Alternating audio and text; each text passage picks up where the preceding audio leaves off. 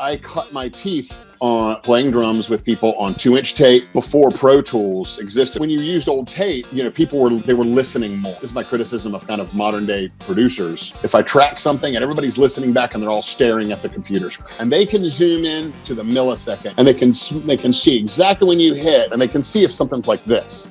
And to them, that's wrong now. But if you listen to any Beatles record, they're like this. If it's kind of roots, or if it's Americana, or it's rock and roll, or it's pop, imperfect is good sometimes, right? All right, what is up, everybody? Hope you're all doing well. Keith, Bill, good to see you. David, good to see you. Zwaniki, Tuli, James, Tim. All right, if everybody wants to kind of get in here, get your seats. Hopefully no one saw the live stream that we attempted yesterday on YouTube. That was, we're going to do a whole lesson on how to recover from failure. Once you've done that. So we were just having some video issues with Kevin, and I told him, I was like, bro, you beat me from yesterday. So, speaking of, I'm really excited about our guest today. It is none other than the talented Kevin Murphy. He is a drummer here in Nashville that I've known for a couple years now. And I wound up, I think I reached out to you a couple years ago because I just kind of wanted to come and pick your brain, take a lesson or two. And, you know, that's not unusual for me, as you all will learn the longer you're in the program. I actually still take lessons from people that I want to take lessons from. And oftentimes you'll wind up having them here as a guest artist. So Kevin, what's up, man? How are you? What's going on, guys? How you doing? He's making coffee, which I'm drinking mine. I'm currently making my coffee, and yeah, you know what? I still take lessons as well. So yeah, my posture was a little weird. I didn't know it, but it was just I had a hitch and some stuff in my foot, and my hands are fine. I mean, I've got 50-year-old drum corps hands, you know. So from the early '90s. You know, it was so muscular a style of rudimental playing back then that I still kind of have leftover hands that are pretty strong. They were strong enough in the early '90s where now I don't have a problem with hands, but I was having a problem with my foot. I was having a problem holding the beater off. I was digging in, and when I was digging in, it was bouncing. It was going boop, boop, which was a really problematic in studios. And I was playing great and doing these great takes. And the artist was like, "Oh man, that's amazing!" And the engineer and the producer later would be like, "Oh man, it's like boop, boop, boop, all these little notes that are happening." So I was just trying to extend past that, and I actually took some time with Dave Elich, and he straightened my back out. I was hunching, and he just started. You know, he walked in. He was like, "Your hands are fine. What's going on with your foot?" He like totally knew. So I hear about. I every time I have an opportunity to take a lesson with somebody that when I'm on the road or if they come through town, I try. I don't think you should ever stop doing that. You know, Dave is somebody that I don't know Dave, but from what people have told me about his teaching, it's a lot of similarities to some of the things that I teach. I've actually never looked at his teaching for that reason. I didn't want to kind of inadvertently lift anything from what Dave is doing. But I hear the stuff he teaches is great. Yeah, the last lessons I took, we had Klaus Hessler on not too long ago. I had taken a couple lessons from Klaus to review some of how I was teaching, what I was teaching, make sure I was teaching traditional, historically doing it correctly. And then I actually, booked a lesson with Dave King when he was off the road, drummer for the Bad Plus, when he was off the road when COVID shut everything down. So yeah, that was a great one too. So Kevin, I'd like a Dave King. Oh man, I'd like to do one of those. He blew my mind open, man. He just his vocabulary doesn't seem to have an end. Like every time I see him play, it's kind of like a Juliana. Where there's a lot of drummers, even Buddy Rich, where you watch him and you're like, oh, I see the 40 things he is pulling from. He is rudimentally rooted in these things, so it's easier to kind of pick out. But sometimes you look at some guys, and Dave's one of those guys. We're just like, I think he's actually winging it. I don't think he's just like, you know, a lot of times now, especially like the really fast drummers that are kind of competitive drumming guys that are internet famous, those guys are, you know, they're linking patterns together, right? They're linking paradiddle-diddles and a 2 feet and it's just a string of patterns. When you watch the guys like Juliana and Dave King, guys like that, you're just like, oh, I think he's actually winging it. I think he's actually improv. That's somebody said that about a transcriptionist I know said that about Jojo Mayer, and he said, I've never transcribed anybody like Jojo. He said there's not repetition in his vocabulary. He said if there is, I can't find much of it. Kind of the same thing you said. He said you can kind of start to understand players and what they do. He said, but with a guy like Jojo, it's different on every song. You know, there's no so much depth. Yeah, so much depth. If you don't know Kevin, or you've never heard his playing, you can, he's played with Tonic. You were with Randy Houser for quite a while now. And then I think whenever we got together, you were in between artists, and now you're with Jon Pardi. Is that correct? I am, yep. How's that going? Good. You know,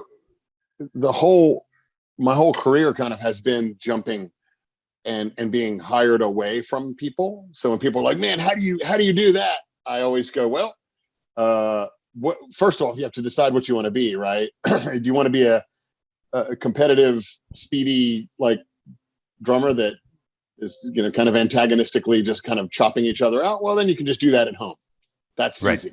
Do you want to play with people? And it's not easy. You still have to create content. I mean, you're a content builder, so you can speak to it more than me, but like, you know, if you are going to instruct, if you're going to be an internet personality, or if you're going to be one of those hotshots, you can do that without other people. But if you're going to do it with other people and you're going to kind of create music and play with other people, I always just tell them, oh, just start a band and go. Get going. And the better you play, the more people will go, hey, I would like to, oh, Steven, man, I thought you were great tonight. I'm playing tomorrow night. I'd like for you to play drums for me. And then 6 months later, they're like, hey, I'll pay you to quit your band and stay with me. And then a year later, somebody else sees you playing with me and they're like, oh man, I like your drummer, and they just steal you. And I was done with Jimmie's Chicken Shack and with Tonic, and I've done like, you know, and then you get to the point where we do what we all do in Nashville, which is we all know each other, we all play around. And when somebody says, oh, you know, like my buddies, or somebody's drummers, somebody in their family passes away, or they have an emergency at home or whatever, one of us, and it could really be kind of any of us, one of us always gets called, you know? Yeah. And you go hop on a plane and you go learn 20 songs in 5 hours and you go do a show. So eventually you just kind of do it, you know what I mean? But yeah, my son and I he's playing drums. He's 14. And we were having this discussion the other day because the Foo Fighters is his favorite band. And so Taylor Hawkins passing away was like, it's been a big deal. And he was saying, you know, well, are you going to go out for the audition, Dad? And I said, no, that's not how this works, buddy. No. I was like, this is not. I said, they're both drummers. They know all the drummers. I said, they're going to start making phone calls, you know? Well, yeah. And I've had people kind of mention the same thing to me. And I've had drummers be like, oh boy, do you know anybody? I'd really love to. And it's kind of gross at first. It's not gross for a 14-year-old because they think like that. Yeah. And for a 14-year-old, they just lost their Bonham. Mm-hmm. You know, that is the equivalent of somebody that's 50 being 10 years old and finding out that, you know, this drummer he is listening on the radio died. Or, you know, if that generation's Neil Peart is like a Portnoy, well, the next generation's Bonham was Taylor. Mm-hmm. And he maybe inspired more people to play drums than maybe just as many people as Neil or as Jon. You can't understate the effect that Taylor had on people. And I only met him briefly a couple of times. I can't claim him as a friend, but by all accounts, he was a total sweetheart. He was really present when he met people, and he had a big effect on people. So, but what was interesting is that when people are kind of older, people are like, "Hey, I think I want that gig," and hey, that's just ridiculous. It's okay for a 15-year-old to not understand kind of how it works, but I've had 40-year-old drummers that be like, "Hey, do you know anybody in that camp?" It's like, A, that's foolish. A, if you know anything about Dave and you've watched that band, he's probably just heartbroken. He's not thinking about making music right now. When it's time to make music right now, the likely call in his phone is John Theodore. Mm-hmm. Yeah. You know, and his buddy. And if you look at a handful of the people that he hangs out with, you can pick 10, 8, 10, 12 names of phenomenal, successful drummers that are already his friends. There's not going to be some cattle call where Kevin Murphy and Steven Taylor and all these guys. That's not going to be how it works. They're going to call their buddies. They're a very close-knit group of people. They're all really good friends. And I mean, I have a list of guys that John has told me, you can't sub a show if you're going to use these dudes. Yeah. Like, I don't want to play with them. Mm-hmm. Yeah. And I'm not going to list them, but you know, he has names, and you know, so like, you know, when you get a guy like John, who's done Queens of the Stone Age, now he's with Bright Eyes, you know, and he's buddies with them, you know, he'll probably call him. And if he's not busy with somebody else, he'll do a tour. And if it's not him, it'll be some other guy that he's known for 30 years. It's not going to be an audition. Yeah. But we would all love to do it. But how frightening would that be? Everyone that does that gig, I don't know that how good you are, no matter how good you are, you're not Taylor Hawkins. I was going to say, I don't know that I would like to do that, actually. It just, it's huge, you know, feat to step in. So, well, look, if you are new to the membership, you're a newer student, you just signed up, we do the guest artist calls once a month. And they are strictly, I try to plan things for, if I was 14 years old, what would my 14-year-old self freak out about? And my 14-year-old self would freak out about being able to talk to the drummers that I loved and listened to. So that is what we try to do. And we try to bring on a lot of the players you probably have not heard of because they're actually busy doing the work instead of becoming a household name. They're busy just kind of putting in the years and years and years of work without the thanks. So Kevin is one of those guys. And so if you have questions, that is what this is for. You can just raise your hand. You can put it in the chat. If you don't want to talk, that's fine too. You don't have to. We can still answer your question. But you've raised a couple of good talking points, Kevin, if you don't mind, you know, me just kind of taking off on a couple of things. So two of the biggest questions we get are about the bass drum you were talking about earlier. I'm noticing that I'm getting some extra notes on the kick drum. Is it bad to bury the beater? Is it kind of that discussion? And the second one is, when should I start playing with other people? And I can give you my answer to that second one, and that is like right now. But oftentimes when they start on the instrument, they think there's some kind of a waiting period. I'm put into this hallway that I'm not allowed to play with other people until I reach this. And I tell them, no, literally, if you have a friend, please get them over this weekend. It doesn't matter. Once you know one beat, get in a room with another musician, because this is a communal thing. So let's start with the bass drum, and then maybe we can go there. When you were working on that bass drum, and that's the answer I give people is, it's not a big deal if you're playing by yourself. It's a big deal if you have a bass drum that's tuned really open and you're going to get a boom instead of more of a boom. It's a big deal with that open bass drum tuning. It's also a big deal in the studio because you can hear those flutter notes. And it's a big deal in a bigger venue because it mutes the drum. So instead of getting a boom, you get a more of a boom. And not as big a deal in a bigger venue as it is in the studio, from what I've found. So how did you figure out that was becoming an issue? What did someone point it out to you? How did you take that constructive criticism, and what did you do to fix it? Well, to me, I hadn't really paid attention to it because I had done sessions over the years, but I came from a glorious time, and this isn't just an old guy complaining about these kids today and technology, but I cut my teeth on, you know, playing drums with people on 2-inch tape and the early days of like ADATs and stuff. So before Pro Tools existed, before there were computer programs and DAWs that allowed people to record at home, kind of the only place you could go, there'd be some guy in every town that had some studio that was worth 50, 60 grand of like kind of okay stuff, but you had to travel to some $1 million studio and save up money and take out loans and record. So when you used old tape, they weren't as, you know, people were kind of, they were listening more. And this is my scrutiny, this is my criticism of kind of modern day producers. There's a lot of them that call themselves that. But I know what kind of person I'm working with. If I track something and everybody's listening back and they're all staring at the computer screen.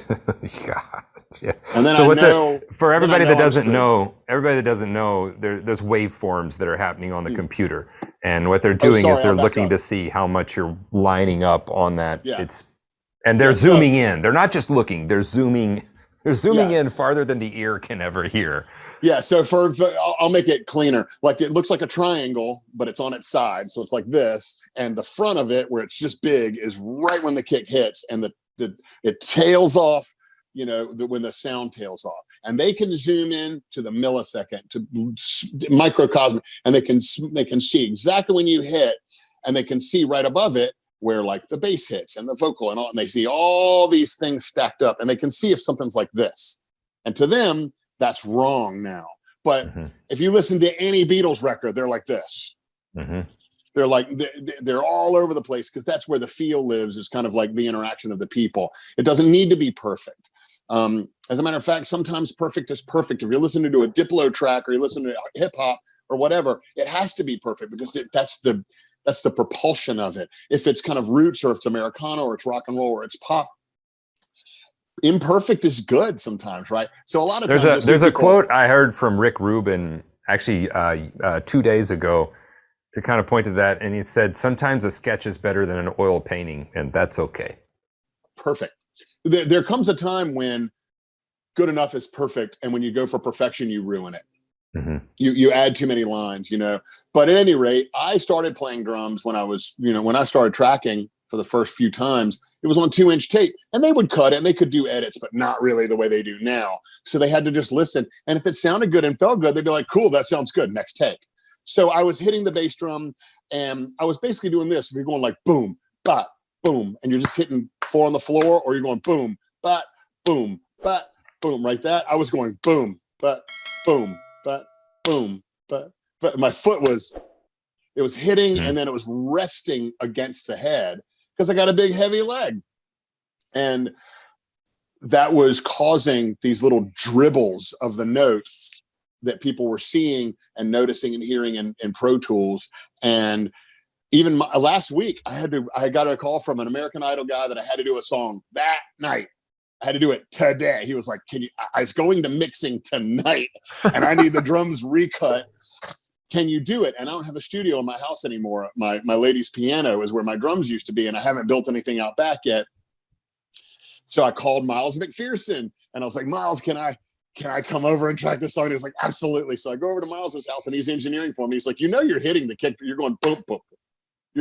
You're hitting the kick drum constantly, like with every note. I was like, what? He was like, yes, you're still doing it. So like, you still do it. And I'm a pro, and I record a lot. But so I noticed I was doing it when I was setting off gates live. There are these things on drums live where they use the mics or triggers to open up, to tell the microphones when to open up and when to close down. And they do that so my floor tom mics just aren't wide open, picking up cymbals and stuff like that the whole night. When I hit the floor tom, this little thing on the side goes boop, and it opens up the mic, and then it closes it down. I was setting it off with these extra notes on my kick. I was setting off the kick, the gate of my kick drum, and my engineer told me about it. And I was like, oh, I am doing that more. So I just called Dave, and he was like, okay, well, the easiest way is just back down the pedal board. Like if here's your pedal board, and here's the head, and here's your ankle. I just moved down a little bit so I could move. So there was a little more weight to the beater, and I slid the weight up. So I just basically adjusted it to where it wanted to swing back. It wanted to hit and come back. And I just, for a while, I was going boom, boom, and pulling my foot off the, which is wrong. You don't want to do that live, but I had to train myself to not bury it. And sometimes I want to bury it on purpose, but you want to be able to do everything on purpose. So what you don't want to do is get yourself into a situation where that's the only way I can do things. It's just this way. I can only play match. I can only play trad. I can only play these cymbals. I can only play this tension on the head, and I can only bury or pull up. You want to be able to do everything, and then you can choose what you are. Yeah. And, if you're a trad guy that buries his beater and you tune your toms high and your cymbals are really dark, great. That's your voice.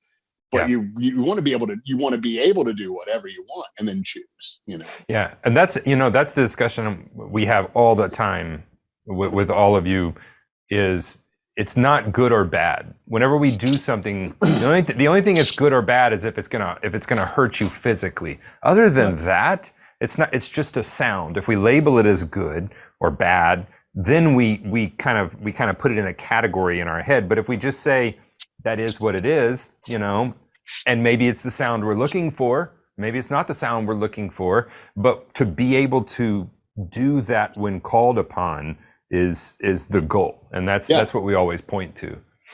And you want to be able to know, you have to know what's good or bad to you, your taste for sure, while you're deciding, while you're letting everything happen and then just kind of picking what you like. But you have to know what the parameters within which you will have to work if you want to do X, Y, or Z. If you're going to create content from home, sky's the limit. Learn how to record well and you're gold. Mm-hmm. Let her rip. You want to set up like Daru? Okay. Set up like Daru. Your back's going to hurt. His setup gets more and more extreme every time I see him. I think at this point he's just like pushing it to see how far how far he can go. Yeah, I think Daru is just like, let me see how far I can push people till they just freak out. But for those of you that don't know Daru, is he still playing with Jack White? Yeah, he's with Jack White this year, and he's way hunched over, and he's it's a very bizarre setup. But like, hey, lots of people have had really bizarre setups. I've sat down at Carter Beaufort's kit and the snare is really flat and the toms are 10 inches away, tuned really high and really angled in. It's a very hard kit to play. I've tried. I've sat at it. It's very difficult to play, but he plays it beautifully, so like there isn't really a wrong or right, but if you're going to be in the studio, if your aspiration is to perform live, well, you might not want to get used to only double kicks and 16 toms because you're not going to have the opportunity to do that. Yeah. You have to make it work on a 4-piece. Todd Zuckerman can sound like Todd Zuckerman on a 4-piece. He has a tech and he has a big crew, so he can bring that big drum set. But you have to be able to do it on the parameter. Now, if you're going to be a recording, if your aspirations are to be a recording drummer, well, you might love digging your beater in the head. You're going to get thrown off that session or replaced by somebody who doesn't, because they're going to want the sound to boom, because they're going to want to edit it later to what they want. They don't want you to edit it for them. They want you to come in and play and nail it and leave, and they'll decide what it sounds like later. And if you're not okay with that, then you're probably not going to be a session guy, or session player. So and here's, I've said this before, and I'll leave it at this. When people are like, "Oh, that's right or wrong," and a lot of people are in a world of the I call it the Eric Moore world or the Mike Mitchell world, where all these guys are super good, super fast. They can throw all these patterns together, like the Bruners and stuff. I see people on threads kind of slamming other drummers because that's a competitive kind of that is the competitive aspect of drumming now, the speed and the patterns. And I've seen people on those kind of shredding other drummers that play simpler. There's the age-old Ringo sucks and he, blah, blah, blah. And that's just funny.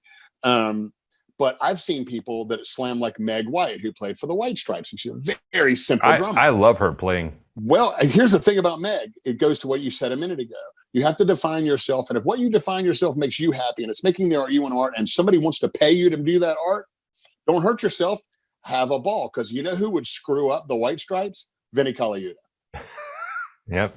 You know what I mean? Yep. That's not his vibe, and his time and his pocket and his licks would ruin what that is. It has to go boom, boom, boom, boom, boom, boom, boom. It has to be choppy and indie, right? Mm-hmm. So know the rules, and once you know the rules, and once you learn how to do everything, and you know the parameters of everything, and then break them break them. Yeah. This podcast is brought to you by the Drum Better Daily program. That's actually my online drum school that I've run now for 12 plus years. Not only have I been playing the drums professionally since the age of 15, I've been teaching since the age of 18. Matter of fact, I talked to one of my, my first student a few days ago. I actually called him to see if he could sub a gig out for me. Daniel, love you, man.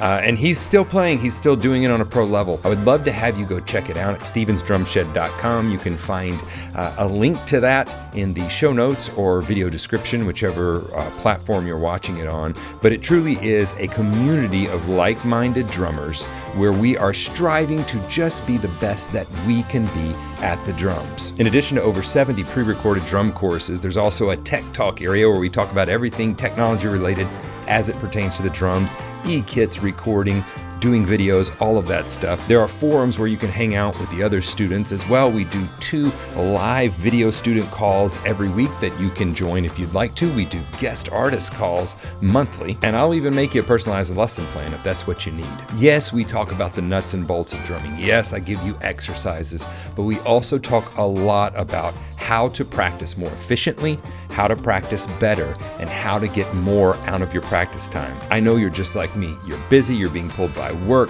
by family, by friends, by other responsibilities. Whenever you practice, you really want to see gains and have it be productive. That is what we focus on in the Drum Better Daily program. I'll have to say personally, it's been really cool because some of these students I've worked with for over 12 years, we started running drum camps last year in 2022, and I got to meet some of them in person for the first time. Those drum camps have been selling out. They've been just blowing my mind with how much fun they are and how great a time it is to bring the community together in person. A community that was started online and has been going online strong now for over 12 years. I'd love to have you be a part of it.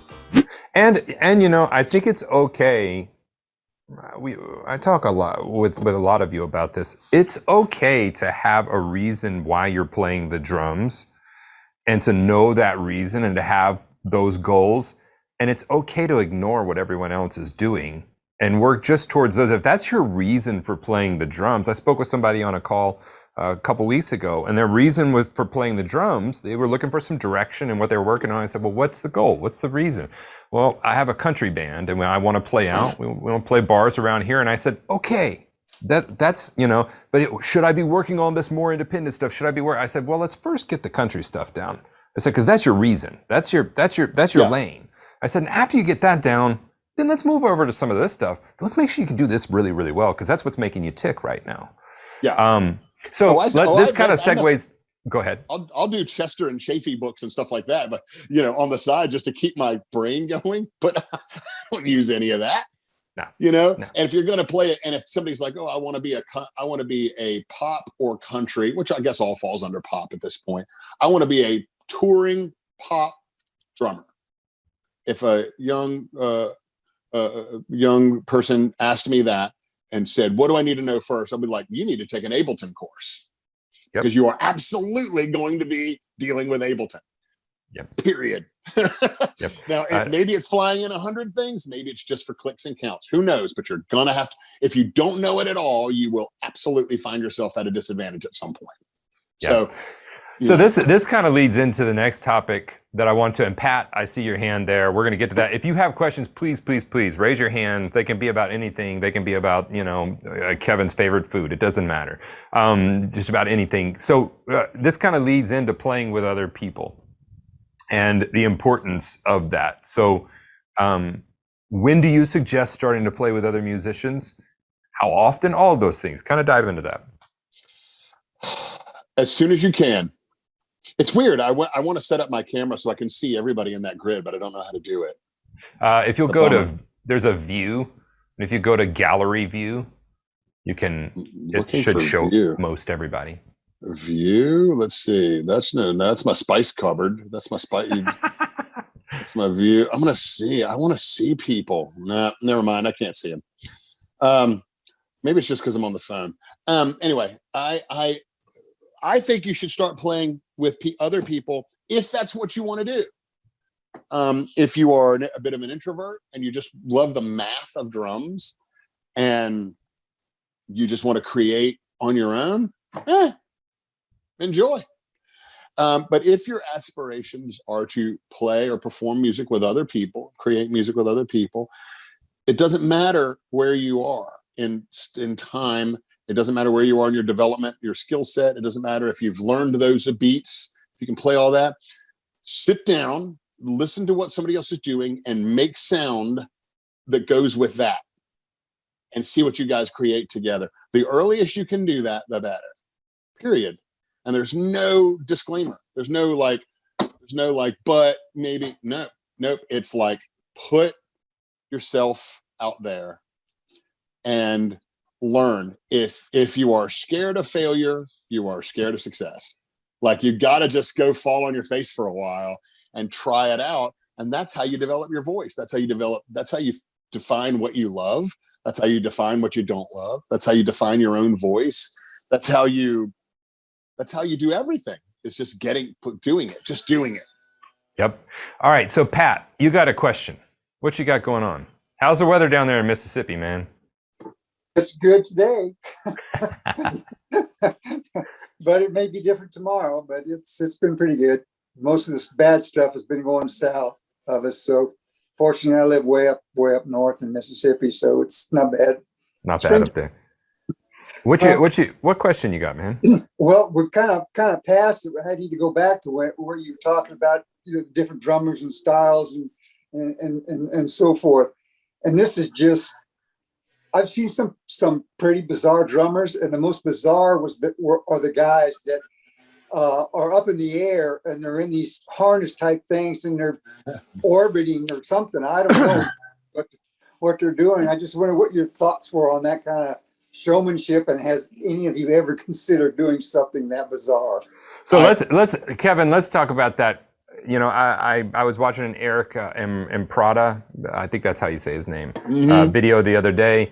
And so let's talk about, let's talk about showmanship as it relates to drumming. Because a lot of people think that whenever you get live, it's still all just about the drumming. And when you get on such a big stage, you have to become something bigger than you formerly were, because you are now putting on a show. And so could you speak a little to that showmanship? Yeah, it depends on who you're playing with. It depends on the music you're playing, the artist you're playing with. I have sat in Tommy Lee's cage, not the roller coaster, but the one that did the flippies. It's really bizarre. It's basically just a driving seat, a Recaro driving seat with a 5-point harness, like you're in a race car, basically. And that was just I imagine the mechanics of playing upside down were probably weird. I've never tried that. But that was all for show. Obviously, he did a roller coaster one year. It was just, it's a showman thing. I think that is just an extension of spinning your sticks or sticking your tongue out or whatever. So it depends on who you're with, and it depends on your personality. I'm not really, I don't really gesticulate when I play. Our buddy Rich is like, he's telling a story. He's playing to the back of the room. If you're playing for John Mayer, he's not going to care. He'd probably care more if you made yourself too loud back there. He just it's all about kind of playing music. If you're playing for Oz Noy or Wayne Krantz, or you get the gig out of you steal Carlock's gig and you're playing for Steely Dan or whatever, like, no one's going to care. They're not going to ask you to be like, hey, can you show it up more? If you're playing for Dua Lipa, I don't know who's playing for her or what he or she needs to do every night, but she might want something more visual. If you're playing for Pink, you dress a certain way. There's some people that tell you how to dress. There's some people that tell you they want more visual or less visual. I've kind of avoided all of that by just my lane has always been with artists that kind of just, they cared more about what the songs were doing. And that goes for kind of everybody. Tonic, Hauser, Jon, John's basically like a Dwight Yoakam, where he just calls stuff out and you just got to chase him. And he doesn't care if you're spinning your stick. He cares if you nail it. Yeah. Musically. But a lot of bands, they require that. My only issue, and honestly, for me, I could take it or leave it. I love Zoltan Chaney, who plays for like Vince Neil and guys like, I've seen him kick his cymbals and I saw a video from him for like 1,000 years ago where somebody was feeding him. He was playing with tennis rackets. And he was launching balls in the middle of the beats. It was absurd and it was funny, but it was also like something that he wanted to do. That doesn't rub me the wrong way because he was playing in time and well. I've seen some clips of some very successful drummers who, you know, they have fire and paint and sticks and all this crazy stuff, and they're not playing well. Mm-hmm. That bothers me. So for me, or juggling and stuff, and the beat is really weird and it doesn't feel good. If you can do it, if you can light yourself on fire and do backflips and it feels good and you're doing the music right, to me, that's fine. And honestly, if your artist doesn't care and the beat doesn't feel good, but they care more about the visuals, well, good for you. Your other drummers aren't going to love it as much. You'll probably catch some flack from them. But to me, I think that's just, honestly, that just falls in the same realm as like, hey, we'd like you to wear this shirt. You know, like, do it if you like doing it. If you don't want to do it, don't do it. You know? Yep. That's, it reminds me of, my first paid gig, Kevin. I didn't know I was getting paid. I was 15. And I wound up getting paid $50 to play percussion for this Christmas musical. And good hit. That's a good hit for a Christmas musical. Hey, buddy. Look, at 15, you might as well said, man, you're getting paid $3,000. He handed me the check, and that's when I remember looking at the check going, wait a second, people make money doing this? I thought we were just all having fun. You know, I would have looked at that check and went, "Oh no, I need a checking account."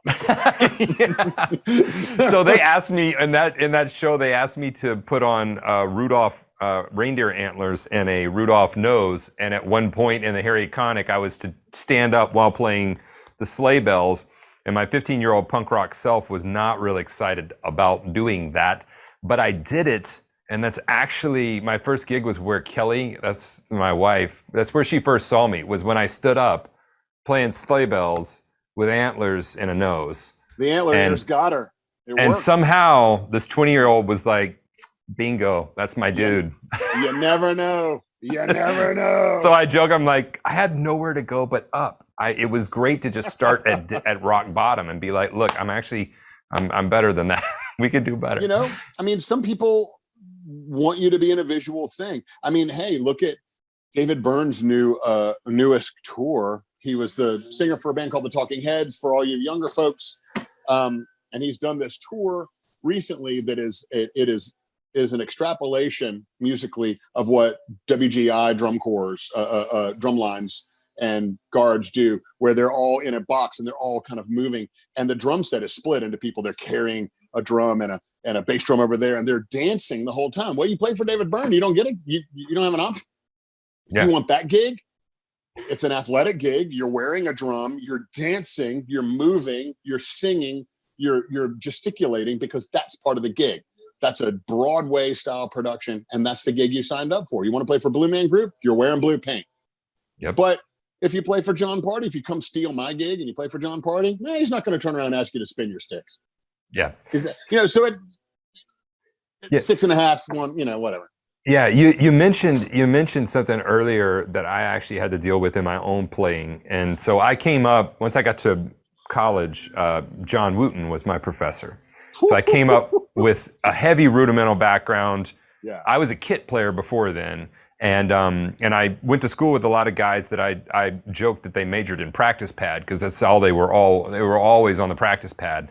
And but I had to deal with that later, because you had talked briefly about having a more muscular style whenever you're playing more of that drum corps type of a thing. And later in my development, some of this could have very well have been me picking up bad habits, me misunderstanding what was being taught, but it was a more muscular style, not as dependent on the rebound, not as dependent on my grip was in that time tighter. And later I had to break it all down because I was hurting myself playing really, really loud and too tightly. You had talked about having a more muscular style whenever you were in the drum line. What was that transition like for? Well, when I marched DCI, it was the actual year. Like, I was there when plastic heads switched to Kevlar. Mm-hmm. 90 was when it just went, and suddenly drum heads that could get to a certain pitch could suddenly get to an octave and a half above that pitch, and we're at 3,000 pounds per square inch, and it felt like you were playing on granite. So we were pulling with our ring fingers. We were like stroking through, so we were doing things like you were playing rolls like this with just I can do them with just twitching your fingers without using any rebound at all. So for those of you that have never played on a head like he's talking about, you hit it and the stick just flies back. It's just there's so much tension on it. It's bulletproof. There's so much tension on it. So I had to, we had to change our style of playing, and with a lot of heavy arm stuff. But honestly, even with kit, I think it was just like a youthful exuberance where I was listening to, punk, funk, and metal, and I was just hitting harder. And I think as you get older, it isn't necessarily that you risk injury more, that you get more tired. I began to realize that some of the patterns that I wanted to play, where when you're playing powerfully all the time or really lightly all the time, certain things you cannot do, which is if you have a phrase around the drums that is dynamic, where it goes, get it, where it's like the volume is jumping up and down when you're going around. If you have a reason to do that musically and you want to do it, you cannot do it if you're just stroking. You can't do it. You cannot Travis Barker feels like that.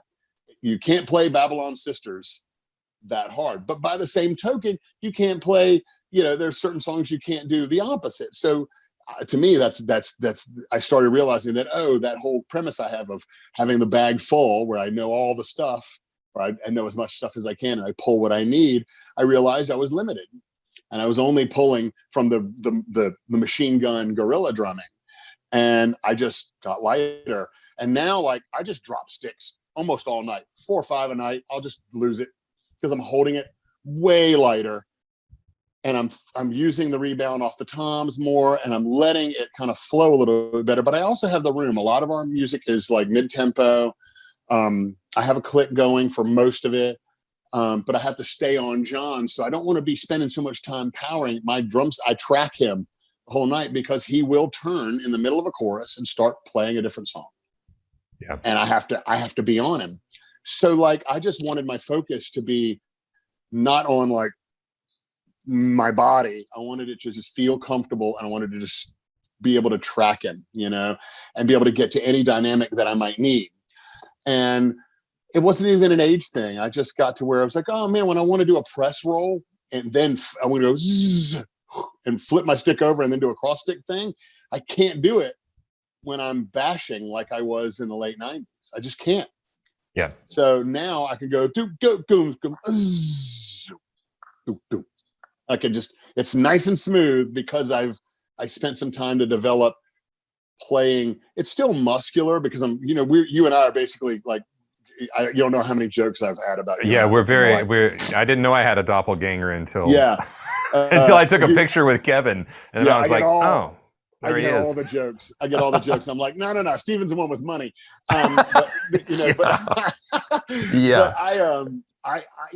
We're still big dudes.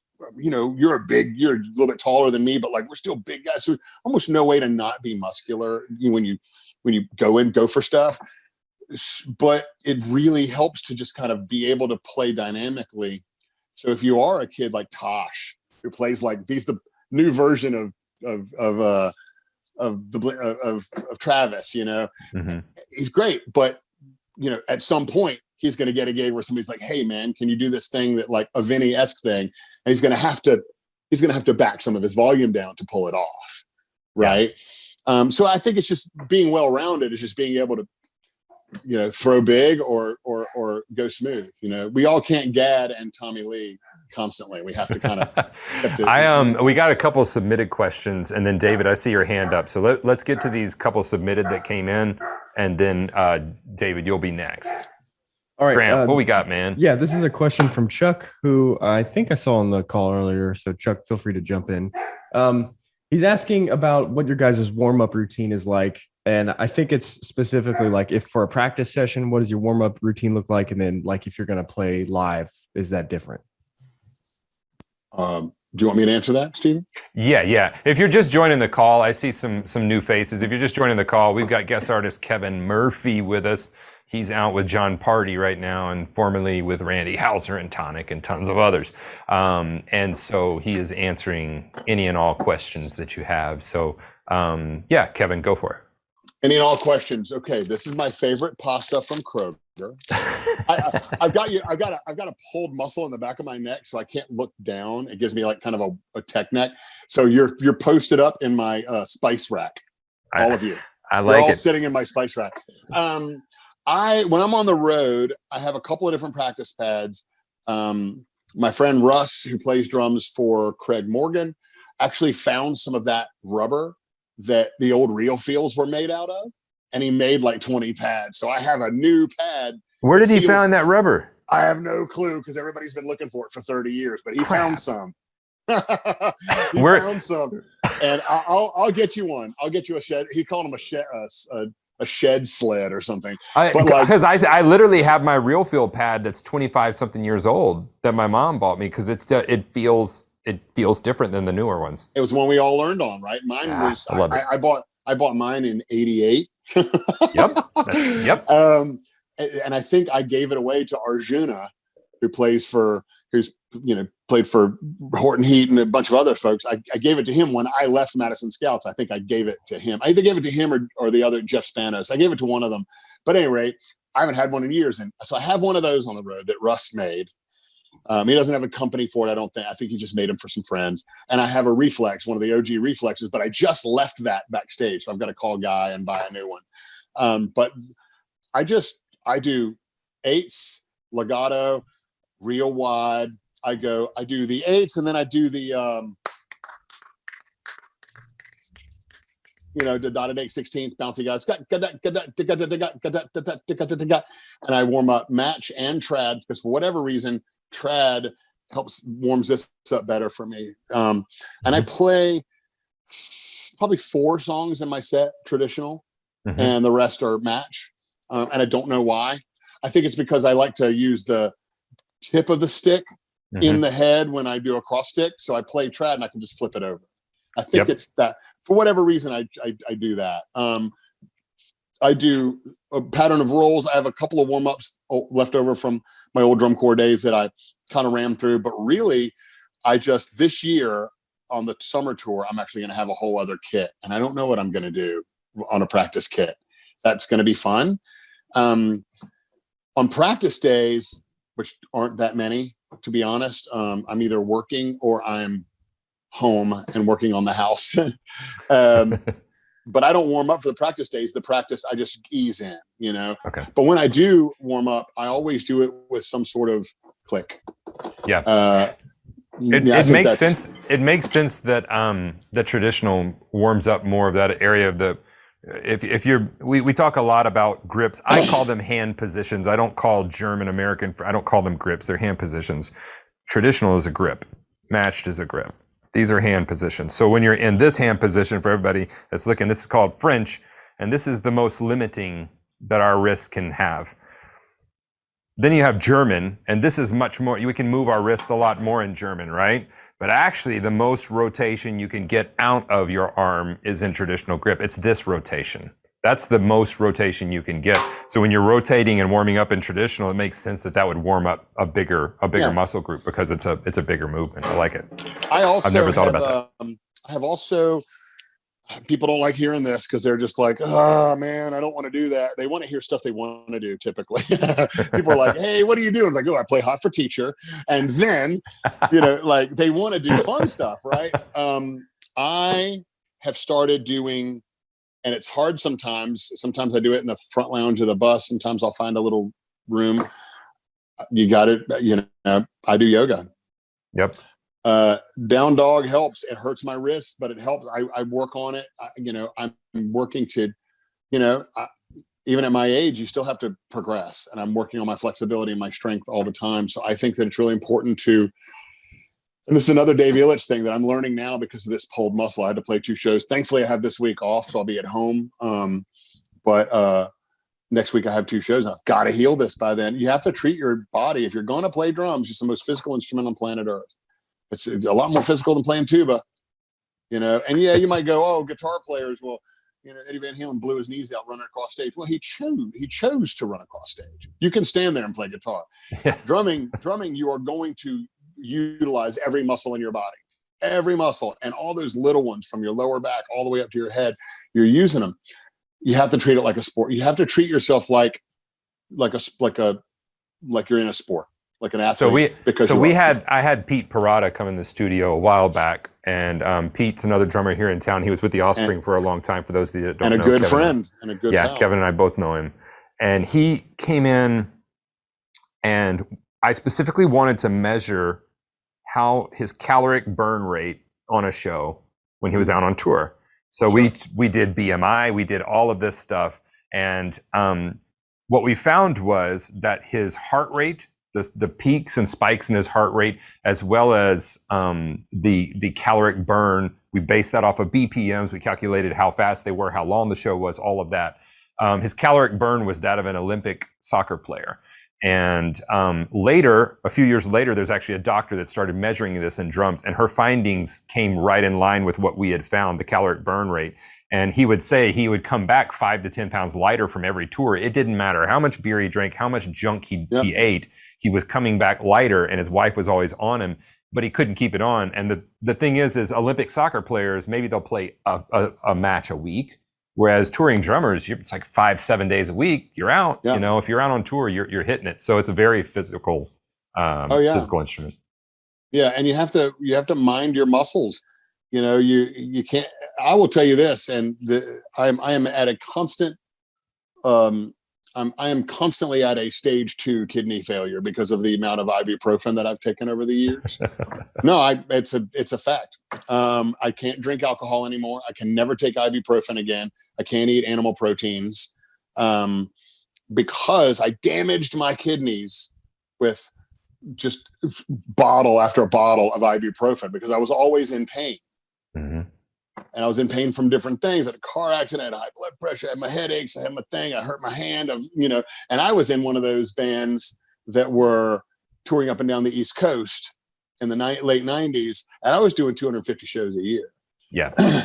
And I was eating, 10, 12 Advil a day. And now I'm 50 and my kidneys are like, man, no, we're going to kill you if you keep doing it. So my advice to anyone is just you treat yourself like an athlete. You eat, be conscious of what you're putting in your body. And if you're feeling pain, you have to visualize it as kind of a good thing. If you feel it, it's telling you something. Mm-hmm. And if you've injured something, figure out how to not injure it further, and a lot of us will just power through stuff. So for me, for warm-ups, it's really just based all on that. Going back to that guy's question, I just do really loose stuff. And sometimes I'll get into some patterns, some flammy patterns, so I can figure out if my limbs are working with each other in time. Because a lot of players will play and they're playing notes and they're playing drums and they're doing okay. And they're posting their videos and they're like, "Isn't this great?" And you listen to it, and their body is in time with itself. Their foot and their hand, they're not in time with each other, their limbs. So it's hard to always nail it. You might be having a fight with somebody at home. You may have your tummy may be upset from the road. You may be stressed about your mortgage. Who knows? But your limbs may not be right. So the warm up to me is just, it's kind of getting loose, but most of it is just to make sure all my limbs are working together, and yoga helps with that as well. For sure. So we've got one more submitted question. Then David, I see your hand. If you're just joining, please raise your hand. If you want to talk to Kevin, if you got a question, he will answer any of it. Grant, you said we have one more submitted question. Yeah, this is from Pat. His question is, what is considered proper tension on drum heads, and what kind of response do you like back from the drum heads when you hit them? There isn't a proper tension, in my opinion. I think the best place to start is medium tension. So you get the tone out of the drum from the bottom head, and the top head is kind of what you want to feel, right?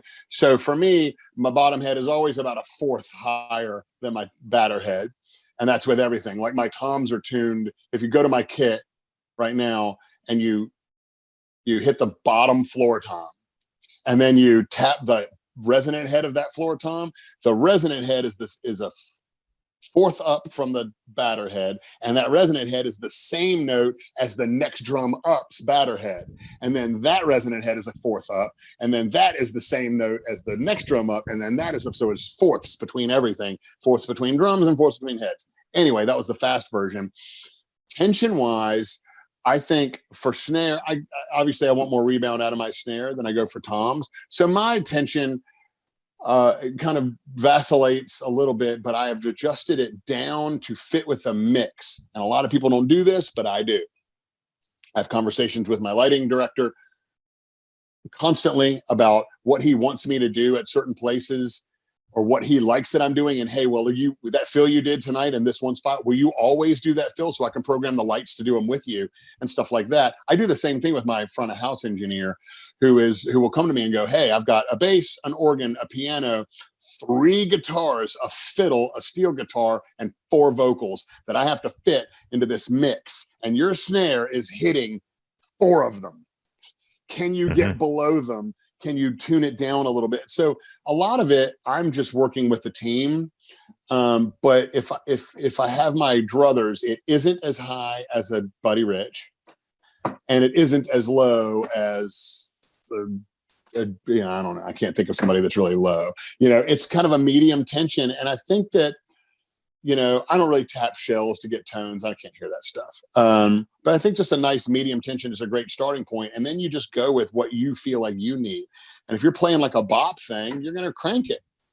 And if you're playing or Vinny, or if you're playing like a Sting gig or whatever, and if you're playing for kind of a clutch or somebody sludgier, you're going to tune it down. Yeah, I'm glad to hear somebody else admit that they don't hear that stuff, because I was talking to somebody the other day. It's a guitarist I'm working on a project with, and I just told him, I said, when we're getting mixes back, I'm listening for the energy. I'm listening for where the song is going.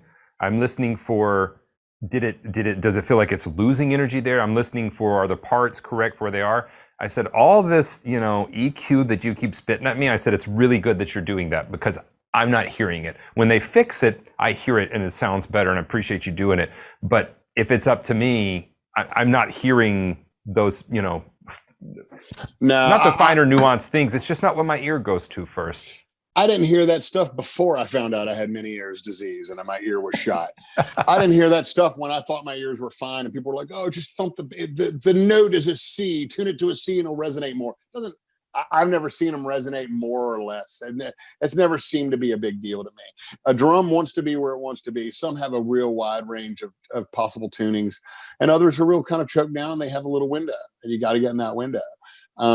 I use maple classic wood, like right up the middle, Swiss Army knife Ludwigs, and I can kind of tune them like a bop kit or a Cozy Powell's kit. Doesn't really matter. They don't care.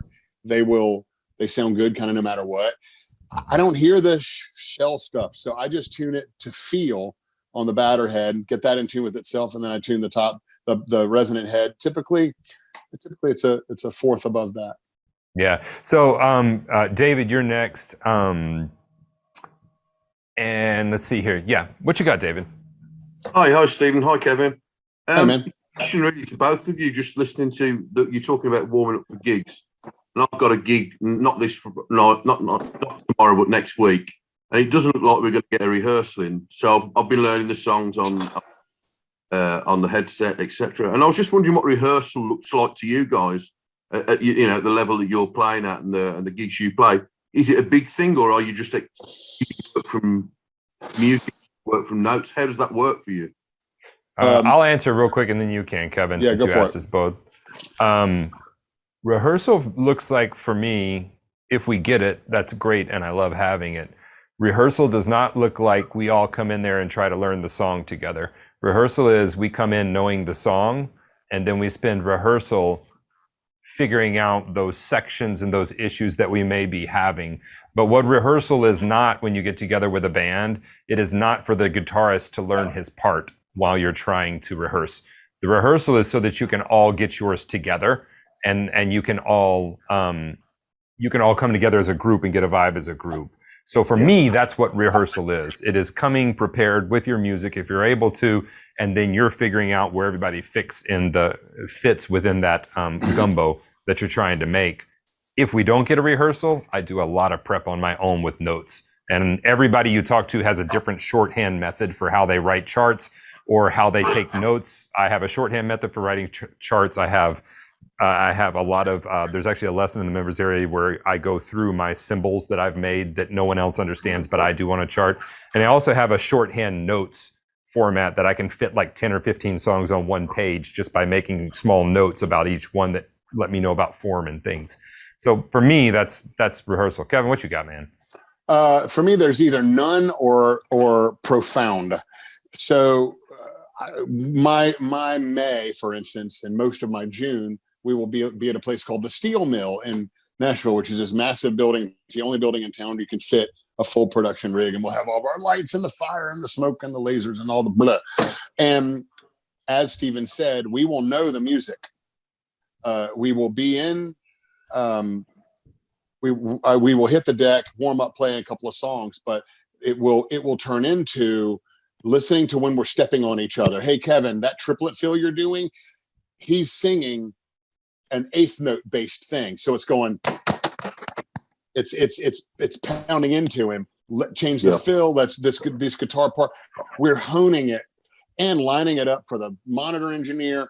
He's getting his presets, the lighting director, figuring out when things are going to explode and where people are going to stage their bodies so they can be right for the video, all that stuff.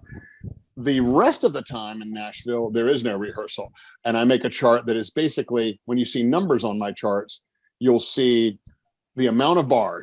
So I'll write in parentheses, I'll scroll out, boom, cack, boom, boom, cack, and I'll write ride. And it'll be in parentheses. And that's just like, hey, this is what you're going to play. And I'll see 4 + 4, which means 4 bar. It's an 8 bar thing, but it's 4 bars. And there's kind of another phrase of 4. And maybe there's a fill there or whatever. But in the amount of time it takes me to listen to a song, I can write a shorthand chart that allows me to play it. That basically, as long as I have whatever the opening fill or beat is, the amount of bars I got to do stuff and the tempo, I can play it if I've never heard it before. And I bet that even though they're different, I bet that I could hand one of my charts to Steven for a party song right now and be like, play it. And he'll look down and go, all right, well, it's 97. We'll start there. And he's playing to bring everybody in. And then he's playing 4 on the floor for 8 bars. In that 8 bars, he can figure out where the song is going to go from there and kind of work his way. So in Nashville, we kind of have all or nothing. We have no rehearsal, and you got to jump in and fire, or you have a month of rehearsal and it's exhausting.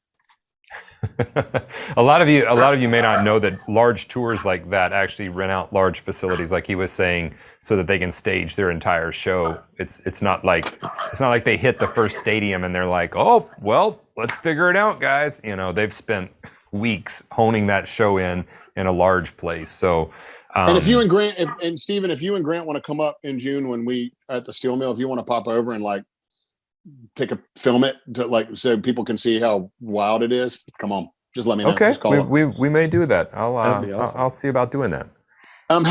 Hey Grant, how do I make sure I got to get in my car, but I want to stay on here.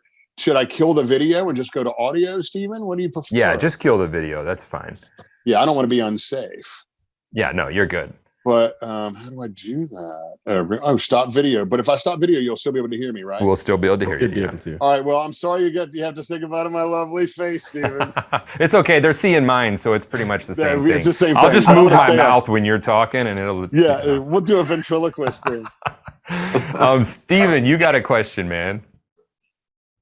So you'll have to unmute yourself. Sorry, man. They won't. Zoom is not a democracy. They will not let us unmute. Sorry about that. Yeah. Can you hear me? Yeah, we got you now. All right. Good connection. Yep, it's great. All right. Okay, cool. All right. I am wondering if I have a win or a half of a win. A few days ago, I finished the beginner module 1, 2, and 3 in the Warrior Way. Finished, meaning, so there were a few things and a few songs like Michael Jackson, that tiny little fill with the grace note, I kind of made a note and I said, I'll get back to that, kind of went through the process and made little notes of little things that frustrated me and I didn't want to stay there too long and get too frustrated, so I would move along to the next course. I'm sure that's not how you design a course. You want, us to stay the course and get it and move forward. So my plan was to now go back and do the beginner module all over again. But aside from doing the courses, I'll practice along to a few other songs and stuff like that and play around the kit. And I realized, oh wait, that sounded really familiar. And I figured out I could do that little Michael Jackson fill with the, so just not even through practicing, that specifically, just through playing around, I got it. And I was able to kind of complete the song. So My question is, sorry for the long-winded stuff, but my question is, I just saw a video of yours probably yesterday or the day before. I don't know if it was a new video or not, but it was about half learning. So I'm questioning, should I go back and get the beginner module down perfectly before I move on? Or should I move on? And so that's a good question, Kevin. I'll take this one, and then we got a couple more questions for you as well. That's a good question, man. Half learning is when we learn something halfway, we can kind of sort of do it, and then we leave it completely. We leave that, and we're going to say, okay, that's good enough. I'm just leaving it, even though in the back of our mind we know I actually can't play that very well. It's not in the pocket. It's not up to speed. That's half learning. Now, there's a part of when we start doing correct repetitions, all of the synapses in our brain that are firing, you have something called myelin that grows around those. And what myelin is it's basically insulation for that high-speed cable. And the more correct repetitions you do, that's the white matter in your brain, the more that myelin grows around there. And that's called learning. So what happened whenever you all of a sudden figured out, oh, wait a second, I can do that now. I figured that out. Your brain has to catch up. Even when we go to bed, they've done studies on the brain, and different parts of the brain light up when you're sleeping. And what your brain is busy doing is going, okay, hold up, guys. Steven wanted us to do this thing today, and we could not do it. We need to figure that out because he's going to ask us again to do it tomorrow. So your brain is actually continuing to build those neural pathways, grow more myelin while you're sleeping, while you're going about your day. And that's why I tell people it takes as long to learn something as it takes to learn it. If you are doing correct repetitions, which is the most important thing, correctly repeating what you are trying to do, then eventually your brain's going to get it. But don't try to rush the brain, because the brain needs time to do what the brain does. That's why sometimes you wake up and all of a sudden you have a solution to your problem that you had the day before. Or you wake up and all of a sudden you can play something that you could not play the day before. The reason is because your brain was working. It doesn't take time off. It's a fantastic computer if we'll give it time to do what it does. Now, to answer your question, we also have to worry about becoming stagnant in our practice time. If you go back through all of that beginner material, you're going to sit down and go, well, crap. All right, I guess I'll play back through this. You had a win, and now you're rewinding and wanting to review that win again. It's like the high school glory days. It's never as good. You just kind of get sick of talking about it with your buddies, and you want to move on, right? So we don't want to have the high school wins here. We want to move on from that, have new experiences. So what I would suggest you do in your practice time is have a new material practice, where you're actively working and moving forward with new stuff. And then you have an area where those 2 or 3 things that you kept referencing, you're coming back to those and you're actively saying, those are issues, I need to work on them, not leaving them until they're done. If we left them completely, you would have half learned it, but you've already told me you're not going to do that. The answer is not to go back through it all. The answer is to take those couple of things that you're doing incorrectly, continue to pinpoint those and work on them. Because sometimes it's issues we're going to tackle later. Sometimes it's like, okay, the hi-hat foot is not going to fall in line how you're wanting it until we work on that a little bit more. So let's leave that alone for just a second. Let's go on to other things. So does that answer the question? Absolutely, yes. Okay. Yes. Congrats on completing that, by the way. That's a massive thing, man. Thanks. Awesome. Thanks. Okay, so we've got John. We've got a question from you, and then we've also got a submitted question too. If you have a question, please feel free to jump in. John, what you got going on? And then we'll take the submitted. Hey, everybody. Hey, Stephen. And thanks, Kevin, for your time. Much appreciated. Thank you. I have a pretty simple question, but what are you listening to right now? What kind of music are you listening to? What's on your playlist? I like it. Go ahead, Stephen. No, I want to hear what you're listening to.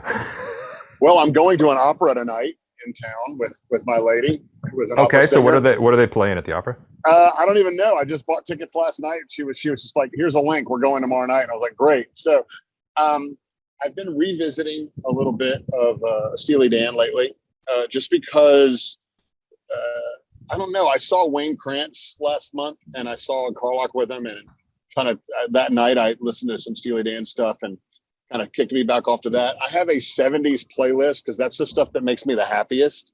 Mm-hmm. I think there's a little nostalgia, and there's also kind of a freedom rhythmically that I really enjoyed. Just yesterday, I listened to Intermounting Flame by Mahavishnu Orchestra, and after that, I listened to In the Cage by Genesis. So I was listening to that weird stuff, but then I went into a Kathleen Edwards thing, and I listened to this beautiful Americana stuff. So for me, it jumps around.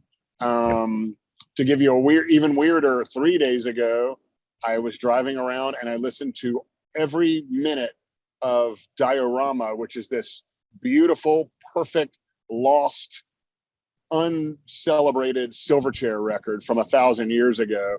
And so it's weird. Whatever hits me, whatever at any given moment grabs me, that's what I'll do. Now, I to kind of piggyback off that question, I always tell anyone I'm talking to, you don't have to like the music, but I suggest listening to it enough that you can find an appreciation for it. You can find something in it that you appreciate about that music. Do you think it's been pretty important to your growth as a musician to keep your palette wide and open to new things?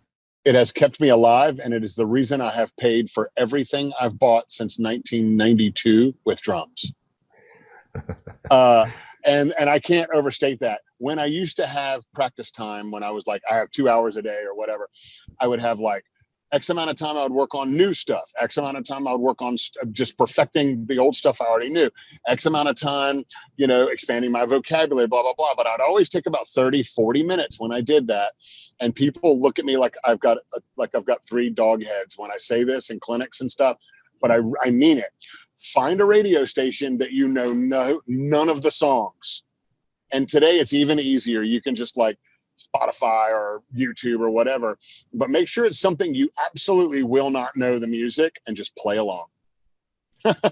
Yep. Make it music. It could be music you hate. You don't like country music? Great. Try and play along with the stuff I have to play every night.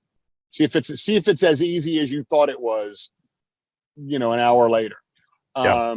You're not good at jazz? Fine. Put on some Monk and try to keep up, and you'll find an appreciation for, you try to play along with some Elvin stuff. Go ahead, put Love Supreme on. Do your best. You can hate jazz all you want. You're going to walk away from that with a deep-seated respect for Elvin Jones. He's so good. I remember the first time I heard Babylon Sisters, I tried to play it, and I realized at that moment that I was going to spend an entire lifetime not playing this song well. It's on my I have a practice Spotify playlist, and that is one that I play weekly because I'm always like, crap, man, Bernard. It's a nightmare. It's a nightmare. That song is a nightmare. You cannot make it right. And just recently I've discovered, for some reason I missed it for years. Bernard stomps his foot on the quarter notes sometime in his his halftime shuffles, which makes that very audible opening that happens on the upbeat. That's that little whisper is that he's stomping, and you can't do it unless it's a natural thing. It just happens to be natural for him. But play with stuff you don't know, and you will have to just kind of fight your way through it. It's easier these days. You put on a Dua Lipa song, the tempo isn't going to change. But you can have some fun with it, put on an old Fishbone record and try to chase that through the end. Like I love putting on stuff and listening to stuff I don't know. My lady has completely different tastes than I do in music, which is amazing. I'll be like, oh, here's this Mars Volta song. And she'll be like, oh, here's this Tori Amos tune.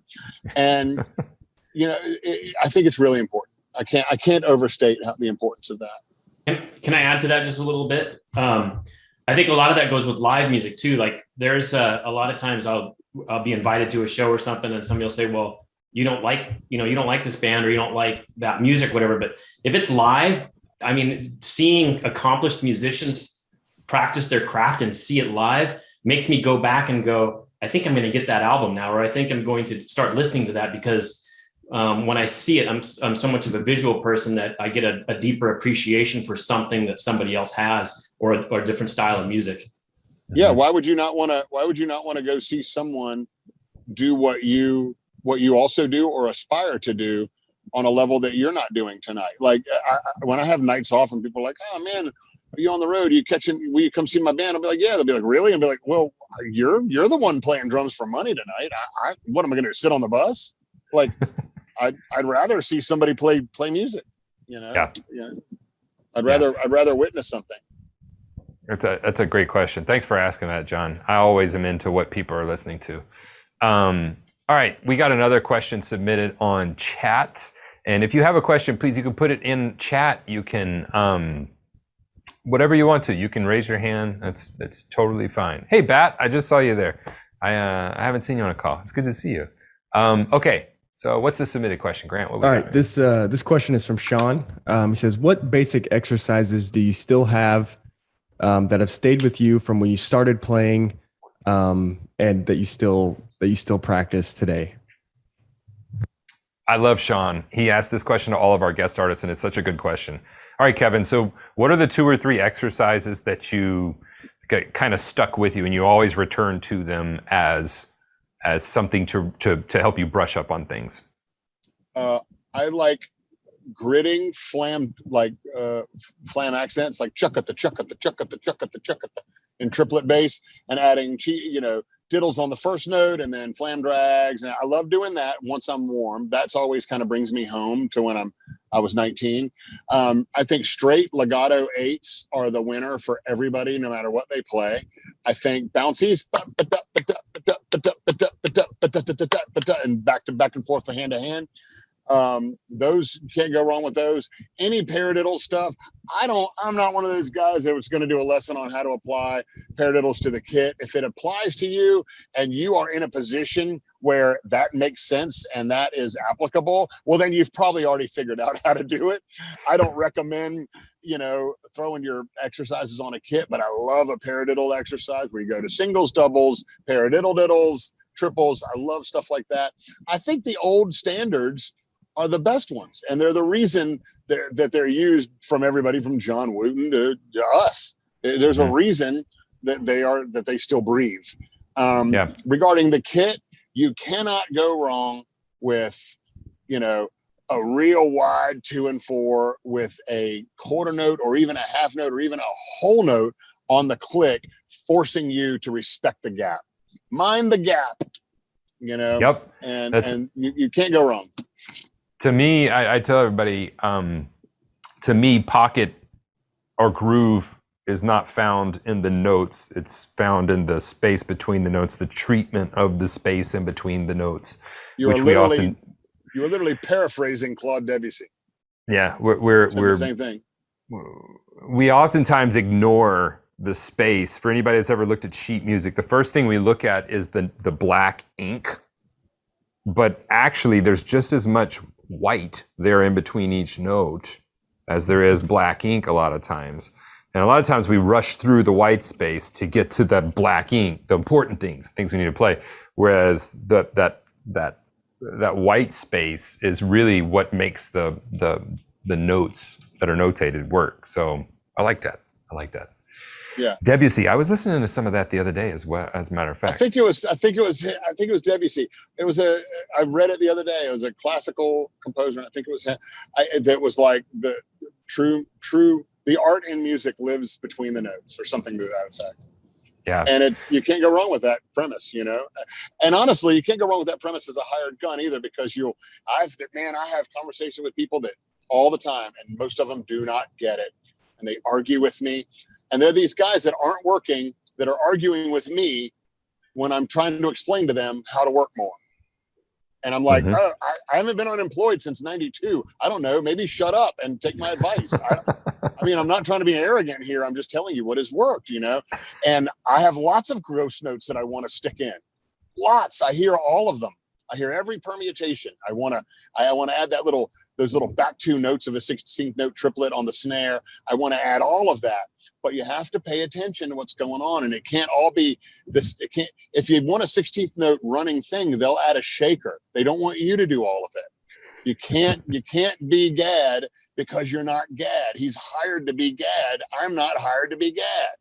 You know, so like you have to be careful with like, you know, all the notes that you want to do. They aren't all applicable. They're almost never always applicable. You have to decide which ones are the applicable ones and which ones are going to make whoever wrote that song and whoever's singing that song. If it isn't you, you have to, you have to choose whatever notes are going to make them feel best. And that's how you get called back. Yep. You know, so we gotta, Sean had to go. And so he said to say thank you for that answering his question. Right on. Helen has a good question. She said, really interested to hear you mention playing legato a couple of times, but can you explain what that means on the drums? I understand on other instruments, I play French horn, but I'm just beginning to understand articulation on the drums. Thanks. Yes. And you will have more to add to this. I'm sure you have a lesson at some point in your member section that addresses this. But for me, it's just a grip. It's almost like if somebody explains the molar grip, there's like this legato, this flowing legato motion where you are throwing the stick at the drum and you are allowing it to bounce back in its time and then capturing it and then doing that repeatedly and controlling that. And it is a symbiotic thing where the bounce and your physicality controlling that bounce are kind of working together to have this nice, smooth, stretching effect on your arms. Dup, dup, dup, dup, dup. If I'm playing eighth notes, dup, dup, dup, dup, dup, dup, dup, I can either really let it stretch my fingers and my wrists out and be very flowing about it, or I can grab the stick really hard and stab it into the drum. I can do eighth notes both ways, but one of them makes me loose and one of them does not. So that's kind of the easiest way to kind of explain it. And oftentimes whenever we're playing loose, it's felt within the music, although it may not be, you may not be able to articulate exactly how that's felt in the music. The way that you'll see Steve Jordan lean his shoulder in, there's a reason why you see Mark Giuliano, we talked about him earlier, you'll see him tense up at times. The way you see them do those things, Antonio Sanchez is one, you'll see him take huge breaths at times. The way that they're playing that stuff and articulating, there's a reason that they're doing those body motions. There's a reason that they're opening up. It's because it makes the pocket feel a certain way. It makes it feel, in their mind, very legato. And so that's kind of what Kevin is talking about, you know, playing where we're articulating, muscling, kind of, or